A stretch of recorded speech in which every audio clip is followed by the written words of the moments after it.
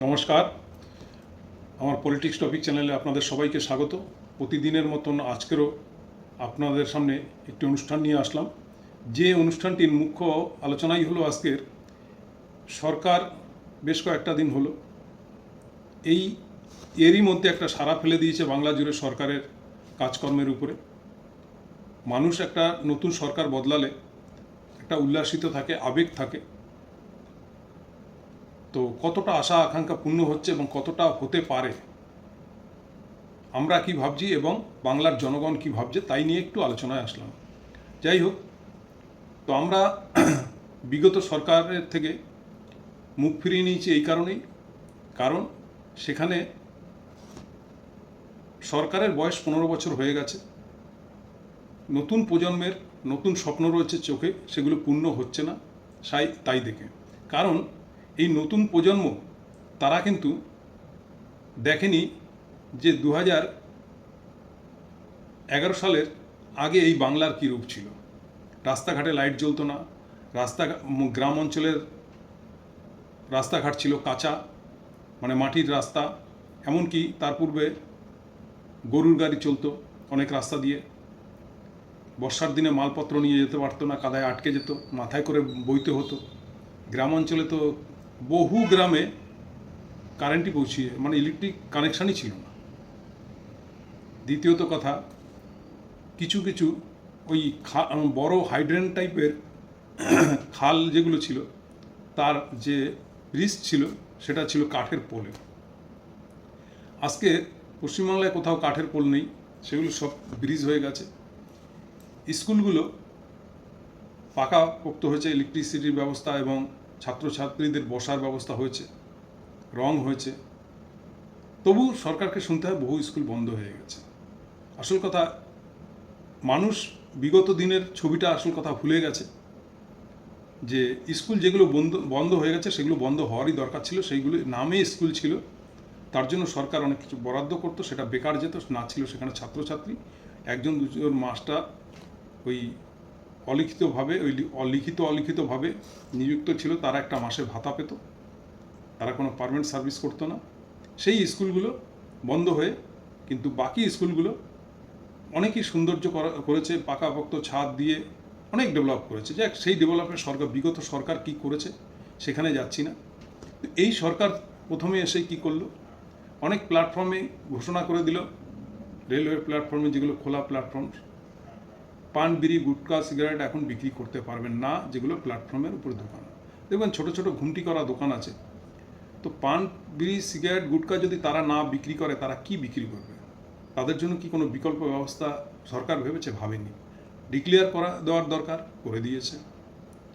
এবং এই যে কোম্পানিগুলো আছে তাদের প্রতি কিন্তু নিষেধাজ্ঞা করছে না, করছে যারা বিক্রেতা। সরকার বলছেন যে মদ মানে বিক্রি বন্ধ করে দেবেন, মদের যে দোকানগুলো আছে বন্ধ করে দেবেন। স্বাগত জানাই সরকারের, বিশেষ করে এই ধরনের কর্মতে, এই ধরনের ঘোষণাতে বহু, বিশেষ করে মহিলা সম্প্রদায়, 90% মহিলারা সবার আগে সাধুবাদ জানাবে সরকারকে, এবং বহু মানুষ, আমার মতন মানুষ স্বাগত জানাবে এটা। কারণ মদ খাচ্ছেন আপনার পয়সা দিয়ে, খাওয়ার পরে বিকৃত মস্তিষ্ক হয়ে যাওয়ার পরে যে রূপরেখা অনেক ভালো মানুষেরা দেখি, বা আজকের যুব সম্প্রদায়ের দেখি, যুব সমাজের দেখি রাস্তাঘাটে বা এত অনৈতিক কাজ কারবার করতে, সেটা কিন্তু বন্ধ হবে। তাহলে বিশেষ করে মদ বিক্রি বন্ধ হলে অনেক দুর্ঘটনা ঘটবে না, অনেক অ্যাক্সিডেন্ট কমে যাবে, মারামারি, কাটাকাটি, হানাহানি কমে যাবে, দুষ্কৃতীদের হামলা কমে যাবে। কারণ মস্তিষ্ক যদি ঠান্ডা থাকে আপনি কিন্তু দুষ্কর্ম করতে পারবেন না। কিন্তু মদের নেশা করার পরে বহু দুষ্কৃতীরা বহু দুষ্কর্ম করে ফেলে, যা ভাবার যায় না। এটা একটা সাধুবাদ জানাবার মতন। তার সাথে সাথে আরও অনেক রকম নেশার দ্রব্য আছে, বিশেষ করে আমি সেই নেশাগুলোর নাম করতে চাই না। তাই নতুন মুখ্যমন্ত্রী বা নতুন সরকারের কাছে আবেদন করব, বাংলার বুকে সেসব নেশার দ্রব্য যাতে উৎপত্তিই না হতে পারে বা বিক্রি না হয়। এটা যেরকম ভালো দিক, সেরকম সরকার আরেকটা জিনিস করেছে। বহু বাজার এবং ফুটপাতের উপরে যেসব দোকান হকাররা ব্যবসা করতেন, সেগুলোকে ভেঙে তুলে দিয়েছেন। এটা কিন্তু আমি ঠিক যুক্তিসম্পন্ন মনে করলাম না। কারণ আজকের যদি শুভেন্দু অধিকারী বিরোধীতে থাকতেন তাহলে কিন্তু উনি মুখ খুলতেন এবং সেই সব মানুষের পাশে দাঁড়াতেন, বলতেন এমনিই পশ্চিমবাংলায় কর্মসংস্থান নেই, চাকরি নেই, বাকরি নেই, অমুক নেই, তমুক নেই, আছে শুধু দুর্নীতি, তার মধ্যে এই গরিব মানুষগুলোকে বেরোজগার করে দিল, এদের পরিবার কি করে চলবে, এদের সংসার কি করে চলবে, এই মানুষগুলোর কি হবে, আগে পুনর্বাসন দিতে হবে, তারপরে এদেরকে তুলতে হবে, এই কথাটা কিন্তু উনি বলতেন, এতে কোনো সন্দেহ নেই। কিন্তু আজকের উনি যখন সরকারে এসছেন তাদেরকে তুলে দিয়েছেন, কিছু মানুষের তো অবশ্যই চলাফেরা জ্যামজট কম হবে, এটা ঠিকই, কিন্তু তার সাথে সাথে বহু মানুষের রোজগার চলে গেল, তাদের যে ফ্যামিলি আছে, তাদের বাচ্চা কাচ্চা আছে, তাদের জীবনের কি হবে, তিনি এইটা কেন ভাবলেন না? একজনকে সুখ দিতে গিয়ে আরেকজনের জীবনে দুঃখ এনে দেবো, এটা কিন্তু সরকারের কোনো ভালো পরিকল্পনা হতে পারে না। আপনারা মতামত জানাবেন, আমি সঠিক বলছি কি ভুল বলছি। যদি মনে হয় যে আমার কথা ভুল, তা সেটাও আপনারা কমেন্টের মাধ্যমে জানাবেন। কারণ আমরা কোনো দলের হয়ে ওই এর চাটা ওর চাটা এই কাজ করি না। যেটা আমাদের মনে হয় সমাজ থেকে, সমাজের এবং সারা মানুষের, বাংলার মানুষের যে বাক্যগুলো, মনের কথাগুলো আমরা তুলে ধরি আপনাদের সামনে। সেটা হয়তো কোনো দলের কাছে খারাপ লাগবে, কোনো দলের কাছে ভালো লাগবে, কিন্তু মূল আমাদের বক্তব্যই হচ্ছে সামাজিক দিকগুলোই তুলে ধরা। ঠিক সেরকম আজকে যখন বলছিলেন এরা এই ভাতাটাকে ভিক্ষা, নানা রকমভাবে অঙ্গভঙ্গি করে নানা রকম ভাতার সরকার চাই না, তো অসীম সরকার তো বলেই দিয়েছিলেন যে এই ভাতা নিয়ে কোনোদিন বিয়ে হবে না, অমুক হবে না, তমুক হবে না, এসব অনেক কথা শুনেছি এই শুভেন্দু অধিকারী থেকে শুরু করে সব বিজেপির নেতাদের কাছে। না, আপনারা এসে কি করলেন? টাকা তো আর গাছে ফলে না। আপনার মহিলাদের লক্ষ্মী ভাণ্ডারটাকে অন্নপূর্ণা ভাণ্ডার করে দিলেন 3,000 টাকা, যুবদের 3,000 টাকা, যতদিন না চাকরি হবে, মানে সেই মমতা ব্যানার্জির পথেই আপনারা হাঁটলেন। তার যতগুলো প্রকল্প আছে সবগুলোকেই চালু রাখলেন, শুধু বলেছেন আপনারা রেশনটা ফ্রি দেবেন না। এবং এই যে স্বাস্থ্য সাথীর কার্ডের জায়গায় আয়ুষ্মান ভারত, সেটাও এবারে মানুষ কিন্তু দ্বন্দ্বে রয়েছে, সেইটা এই প্রকল্পটা ভালো। এই স্বাস্থ্য সাথীর জায়গায় যদি আয়ুষ্মান ভারত, যেভাবে স্বাস্থ্য সাথীর মানুষ উপকার পেয়েছে ঠিক সেই পদ্ধতিতে, গরিব ধনী বড়লোক কাউকে দেখেনি, মমতা ব্যানার্জির ঢালাও সবাইকে স্বাস্থ্য সাথীর পরিষেবা দিয়েছে। কিন্তু আপনাদের শোনা যাচ্ছে কার বাড়িতে বাইক আছে, কার বাড়িতে গাড়ি আছে, কার বাড়িতে কী আছে, কে চাকরি করে, তাদেরকে দেবেন না। সেটা কিন্তু ঠিক নয়, কেননা হসপিটালের যা অবস্থা তাতে কিন্তু পুরো পরিষেবা মানুষকে দেওয়া সম্ভব না। কোনো মানুষের এমার্জেন্সি কিছু করতে হলে সে যদি সরকারি নার্সিংহোম থেকে করাতে যায়, তাহলে কিন্তু তাকে লম্বা বিল ধরিয়ে দেয়, যা ভাবা যায় না। কিন্তু সেটা যদি আয়ুষ্মান ভারতের আওতায় আনা হয় সবাইকেই, সেটা কিন্তু মানুষের জনকল্যাণ রূপেই দাঁড়াবে। তাই এটা আপনাদের কাছে বিশেষ করে আবেদন, এই দিকটা একটু যদি ভেবে দেখেন। এবং সবার কাছে বলি, আমার শ্রোতাদের কাছেও বলি, আপনারা কিন্তু অবশ্যই মতামত দান করবেন কমেন্টের মাধ্যমে, যে সঠিক বললাম কি ভুল বললাম। দ্বিতীয়ত কথা, সব ভাতা দিয়ে রাখলাম, ভাতা দিয়ে গেলাম, এটাই কিন্তু কোনো রাজ্যের উন্নতির দিকে আনতে পারে না। এই মমতা ব্যানার্জি একটা সময় তার হিন্দুত্বকরণটাকে বোঝানোর জন্য দুর্গাপুজোতে 1,10,000 টাকা দিয়েছে কয়েক লক্ষ দুর্গাপুজোর কমিটিকে। তা সত্ত্বেও আপনাদের মুখে শুনতে হয়েছে বেগম, অনেক কিছু, ফুপা, খালা, অনেক কিছু শুনতে হয়েছে। কিন্তু তিনি যে জগন্নাথ মন্দির করেছে, আরও অনেকগুলো মন্দিরের প্রকল্প রেখেছিলেন। দ্বিতীয়ত কথা হচ্ছে কি, তিনি এই 1,10,000 টাকা দিতেন এবং এই দুর্গাপুজোর ফেস্টিভ্যালটাকে যে একদম বিশ্ববাজারে নিয়ে গেছে, তা নিয়ে কিন্তু আপনারা কোনো দিন প্রশংসা করেননি। দ্বিতীয়ত কথা হচ্ছে, আজকের মসজিদে মাইক বাজবে না, ভালো কথা। মসজিদে যখন বাজবে না, তাহলে হিন্দুদেরও 5 দিন 7 দিনের অনুষ্ঠান হয়, কীর্তন হয়, সেখানে মাইক চলবে না। এরকম একটা এইটা অমুকটা চলবে না, অমুকটা হবে না, অমুকটা হবে না, তমুকটা হবে না। মানুষ কিন্তু এটা নিয়ে ব্যস্ত না, মানুষ এটা চাইছে না। মানুষ সব থেকে শান্তিতে থাকা এবং রিল্যাক্স ফিল করা, সেটার একটাই কারণ, যেটা আপনাদের কাছে মানুষের, বাংলার মানুষের মূল আবেদন, সেটা হচ্ছে, এক হচ্ছে শিল্প, দ্বিতীয় হচ্ছে চাকরি। এই বিষয়গুলো নিয়ে সরকার কিন্তু এখন আর কোনো বক্তব্য রাখছেন না। এই শুভেন্দু অধিকারী যখন মুখ্যমন্ত্রী হননি তখন বলেছিলেন ঘরে ঘরে চাকরি দেবো, মানে এবার হয়তো বলবেন প্রচারে বলতে হয়, ক্ষমতায় আসতে গেলে বলতে হয়, কিন্তু বহু মানুষ, যুবক যুবতীরা বহুত আশা করে বসে আছে। আমার ঘরেও 2 শিক্ষিত যুবতী পড়ে আছেন, আমার 2 কন্যা, তারাও আশায় আছে। তারা কিন্তু না ছোটোটাই থার্ড ইয়ারে পড়ছে, তারাও কিন্তু অনেক আশা স্বপ্ন নিয়ে বসে আছে এবং আপনাকেই ভোট দিয়েছে, এই বিজেপিকেই ভোট দিয়েছে। তাহলে তারাও বাবা মার কথা, আত্মীয় স্বজনের কথা না শুনে চাকরি পাওয়ার আশায় এই বিজেপিকে ভোট দিয়েছে। এবার তারা কি দেখবে? তারা কিন্তু ওই আপনি কি স্বাস্থ্যসাথী দিচ্ছেন, কি রেশন তুলে দিচ্ছেন, কি মদ বন্ধ করে দিচ্ছেন, কি দোকানপাট ভেঙেছেন, কি গুন্ডারাজ বন্ধ করেছেন, এইটা শুনবে না। তাদের ও কি নারী সুরক্ষা অমুক তমুক, তারা নিজের সুরক্ষার তারা উচ্ছৃঙ্খল নয়, সবাই উচ্ছৃঙ্খল নয়। এবং মানুষ এখন বিশেষ করে বাংলার মেয়েরা কিন্তু অনেকটা সচেতন। তারা যখন তখন যে কোনো জায়গায় একা চলে যায় না এবং কাউকে বিশ্বাসও করে না। যারা অ্যাকচুয়ালি শান্তিপ্রিয় তারা অনেক বিচক্ষণ হয়ে গেছেন, কেননা এই আরজি করের বলুন আরও বিভিন্ন ঘটনায় তারা কিন্তু অনেকটা শিক্ষা পেয়েছেন। সেই শিক্ষা নিয়ে তারা আজকের কিন্তু সেইভাবে জীবনযাপন করছে যাতে আগামী দিনে তাদের না বিপদে পড়তে হয়। অর্থাৎ তাদের কাছে একটাই স্বপ্ন, সেটা হচ্ছে চাকরি বা শিল্প। এবার ধরুন সরকারি চাকরি আপনি সবাইকে দেবেন এরকম তো সম্ভব না। আপনারা তো বলে দিয়েছেন 5 বছরে 1 কোটি চাকরি দেবেন। 5 বছরে 1 কোটি চাকরি দিতে গেলে পার ডে কতগুলো চাকরি হয় একবার হিসাব করে দেখেছেন? মানে 20 লাখ হবে গিয়ে এক বছরে। সেটা পার ডে ভাগ করুন, দেখবেন প্রায় মনে হয় 5480 জনের মতন হয়। হিসাবটা যদিও আমি একবার দেখছিলাম, এখন পুরো পারফেক্ট হয়তো নাও হতে পারে, আপনারা একটু মিলিয়ে দেখবেন। দ্বিতীয়ত কথা হচ্ছে শিল্প। এই বাংলায় অনেক শিল্প একটা টাইমে ছিল, বাম আমলে 77,000 কারখানা বন্ধ হয়ে গেছে। মমতা ব্যানার্জি এসে কিন্তু নতুন করে কারখানা বন্ধ করেনি, তিনি অনেক খোলার চেষ্টা করেছেন, অনেক শিল্পপতিদের আহ্বান করেছেন। প্রত্যেক সরকার, সে যে যার সরকার হোক, সে বাম হোক আর ডান হোক আর গেরুয়া হোক, সবাই চায় যে কর্মসংস্থান যদি বাড়াতে পারে তার থেকে মানুষ আর সুবিধা কিছু চায় না। এটা হচ্ছে সব থেকে মুখ্য কাজ। কিন্তু এটাও আমাদেরকে বুঝতে হবে যে বিনিয়োগকারী থাকতে হবে। সেই বিনিয়োগ যে করবে শিল্পপতিরা, তার পরিকাঠামো দরকার, সেরকম সব কিছু দরকার যে তিনি যে বিজনেসটা করতে চাইবেন সেটা বাংলার বুকে কতটা প্রচলন হবে, কতটা চলবে, কতটা কি হবে, তার উপরে ইনভেস্ট করবে। সেই পরিস্থিতিটা আগে তৈরি করতে হয়। আজকের ডানলপ কে খুলবে? লস খাওয়ার জন্য খুলবে? বলতে গেলে খারাপ লাগে। যেসব কারখানা, বৃহত্তম কারখানা, কে খুলবে? লস খাওয়ার জন্য খুলবে? ইনভেস্ট কে করবে? শুধু মুখে বললাম শিল্প শিল্প শিল্প, বন্ধ কারখানা খুলবে। অনেক ইলেকট্রিক তার কারখানা, বাল্ব কারখানা সব বন্ধ হয়ে গেছে। এর পিছনে কারণগুলো তো আপনারা কখনো বলেন না, শুধু রাজনীতি করার কাজ রাজনীতি করেন। কারণ যে হারে আমাদের দেশে চায়না প্রোডাক্ট, বিদেশি প্রোডাক্ট ঢুকছে, তারা মাল ওখান থেকে রপ্তানি করে এখানে বিক্রি করে লাভবান হচ্ছেন। কিন্তু এখানে প্রোডাকশন করতে গেলে সেই মালটা দেখা যায় যে 3 গুণ দামে এখানে বিক্রি করতে হবে, তার মেকিং খরচাটাও সেরকম। এবং তাদের সাথে পাল্লা দিয়ে পড়বে।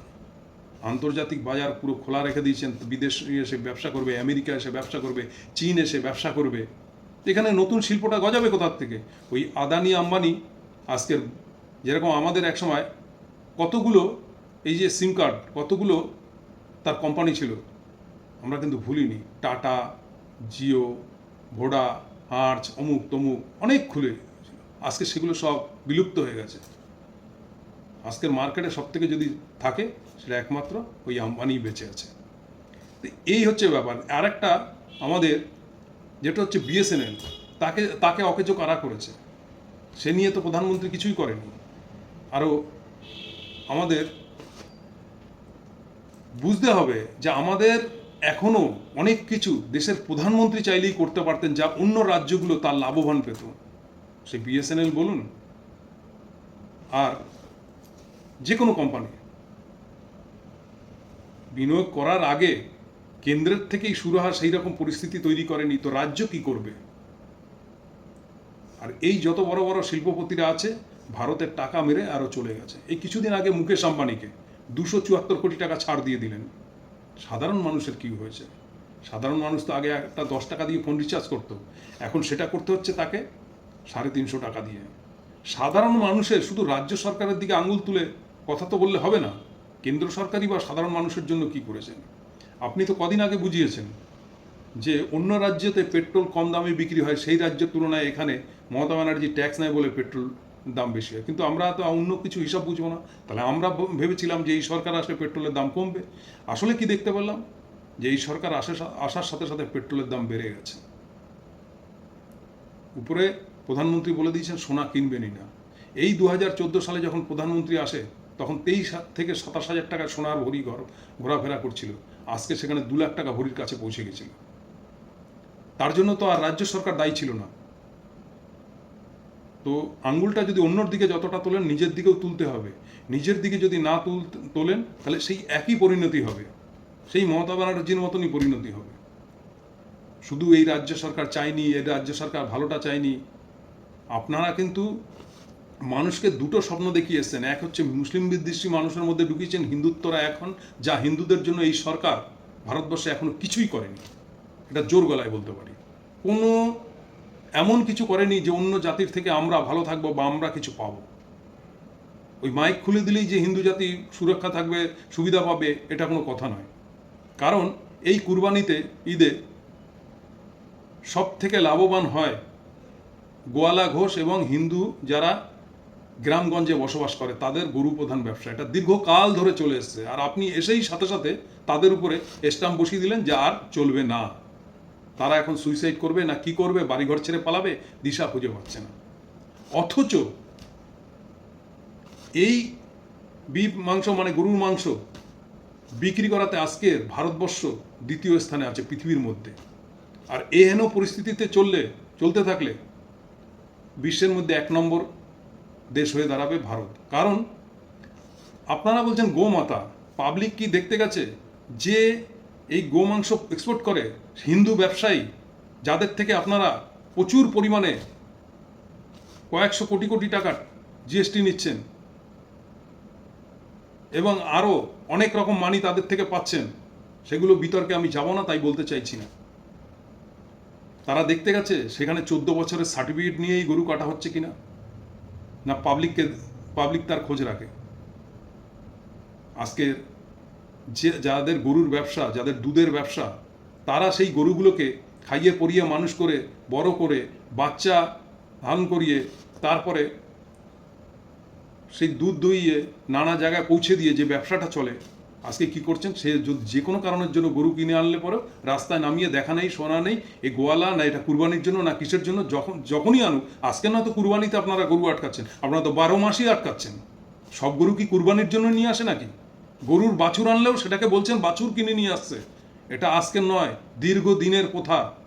মানে আজ যুগ যুগ ধরে চলে এসছে। উত্তরপ্রদেশ, বিহার থেকে এই গরুর বাচ্চা কিনে নিয়ে আসে, এনে জার্সি গাইয়ের বাচ্চা কিনে এনে তাকে বড় সড়ো করে মানে যখন গাভীন হয়, যখন দুধ দেয়, সেই গরুটা দুধের উপযুক্ত হয় এবং সেই দুধ দিয়ে এই গোয়ালারা ব্যবসা করে।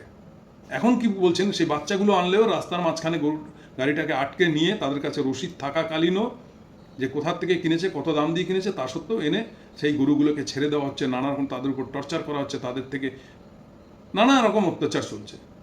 তাহলে সেই মানুষগুলোর কি হবে? সেই মানুষগুলো কি তার পরিবারে 2টো করে চাকরি দিয়ে দিয়েছেন? তার আগেই এই ব্যবস্থা করে দিতে কিছু আগে মানুষকে তার বিকল্প দেখাতে হয়। বিকল্প দেখাবার আগেই যদি একটা মানুষের রুজি রোজগার সব বন্ধ করে দেন, তা একটা লোকের থেকে আমি যদি রাস্তায় 5 লাখ টাকা নিয়ে ব্যাংকে রাখতে যাই, সেই সময় যদি ছিনতাই হয়ে যায়, ঠিক একই রূপ কিন্তু যদি আমি 5 লাখ টাকার গরুর বাছুর কিনে নিয়ে আসি, আমি একটা গলা ঘষে সেই গরুগুলো যদি আমার থেকে কেড়ে নিয়ে নেয়, একই ব্যাপার। দুটো অপরাধ কিন্তু আলাদা নয়, এটা কিন্তু সরকারের বোঝা উচিত। অথচ কোনো জায়গায় বিজেপি গভর্নমেন্ট দাঁড়িয়ে কোনো নেতা মন্ত্রীর মুখে শোনেন যে আমরা এই গরুর মাংস এক্সপোর্ট করে লক্ষ লক্ষ কোটি কোটি টাকা ইনকাম করি, তখন কি সেটা গোমাতা থাকে না? আজকের মুসলমানরা কিন্তু সেই জবাবটা আপনাদেরকে দিয়ে দিয়েছে যে আমরা গোহত্যা করবো না, আমরা কুরবানি দরকার হলে গরু দিয়ে করবো না। আপনাদের হিন্দুদের আপনারা সামলান, আপনারা ঘরে নিয়ে গরুকে ধূপধুনো দিয়ে পুজো করুন। আর 14 বছরের সার্টিফিকেট করবেন না জন্ম সার্টিফিকেট করবেন, এটা আপনারা ভাবুন। এবার হিন্দুরা গরু বিক্রি করতে আসলে উল্টো আমরাই প্রশাসনকে ফোন করে ডাকবো। ভাবতে পারেন কত বড় শিক্ষাটা দিয়েছে। মুসলমানদের মধ্যে বুদ্ধি নেই বা তারা রোহিঙ্গা, তারা জেহাদি, ভুল ধারণা দেখে তাদের এই যে ধারণাটা ভুল প্রমাণ করে দিল। তারা শান্তিপ্রিয়ভাবে এই নতুন মুখ্যমন্ত্রীকে জবাব দিয়ে দিল। তাই নিজেদের শুধু যদি মনে করেন বুদ্ধিমান, বাকি লোক সব বোকা, এই বোকা বানাতে বানাতে একটা সময় কিন্তু মানুষ এতটাই তিতবিরক্ত হয়ে যাবে, যেরকম এই পূর্বের সরকারকে ছুঁড়ে ফেলে দিয়েছে আপনাদেরকেও ছুঁড়বে। কিন্তু তার কিন্তু বেশি দিন অপেক্ষা করতে হবে না, এটা বুঝতে হবে। যে মানুষ কী চায়, মানুষ কল্যাণে আমরা কতটা কাজ করতে পারি মানুষের জন্য। আগেই মানুষকে রোজগার দিতে পারলাম না, চাকরি দিতে পারলাম না, শিল্প আনতে পারলাম না, তার আগেই ভাঙচুর বুলডোজার চালিয়ে দিলাম, তাহলে মানুষকে কী দিলাম? এইটা বুঝতে হবে। হ্যাঁ, প্রশাসনকে করা করুন, যাতে রাস্তায় ঘুষ না নেয়, যাতে বাইকে হেলমেট পরে চালায়, এগুলো তো ভালো। এটা তো যে কোনো সরকার যখন তখন পারে, এর জন্য তো আর বিনিয়োগ মানে টাকা ঢেলে এটা করতে হয় না।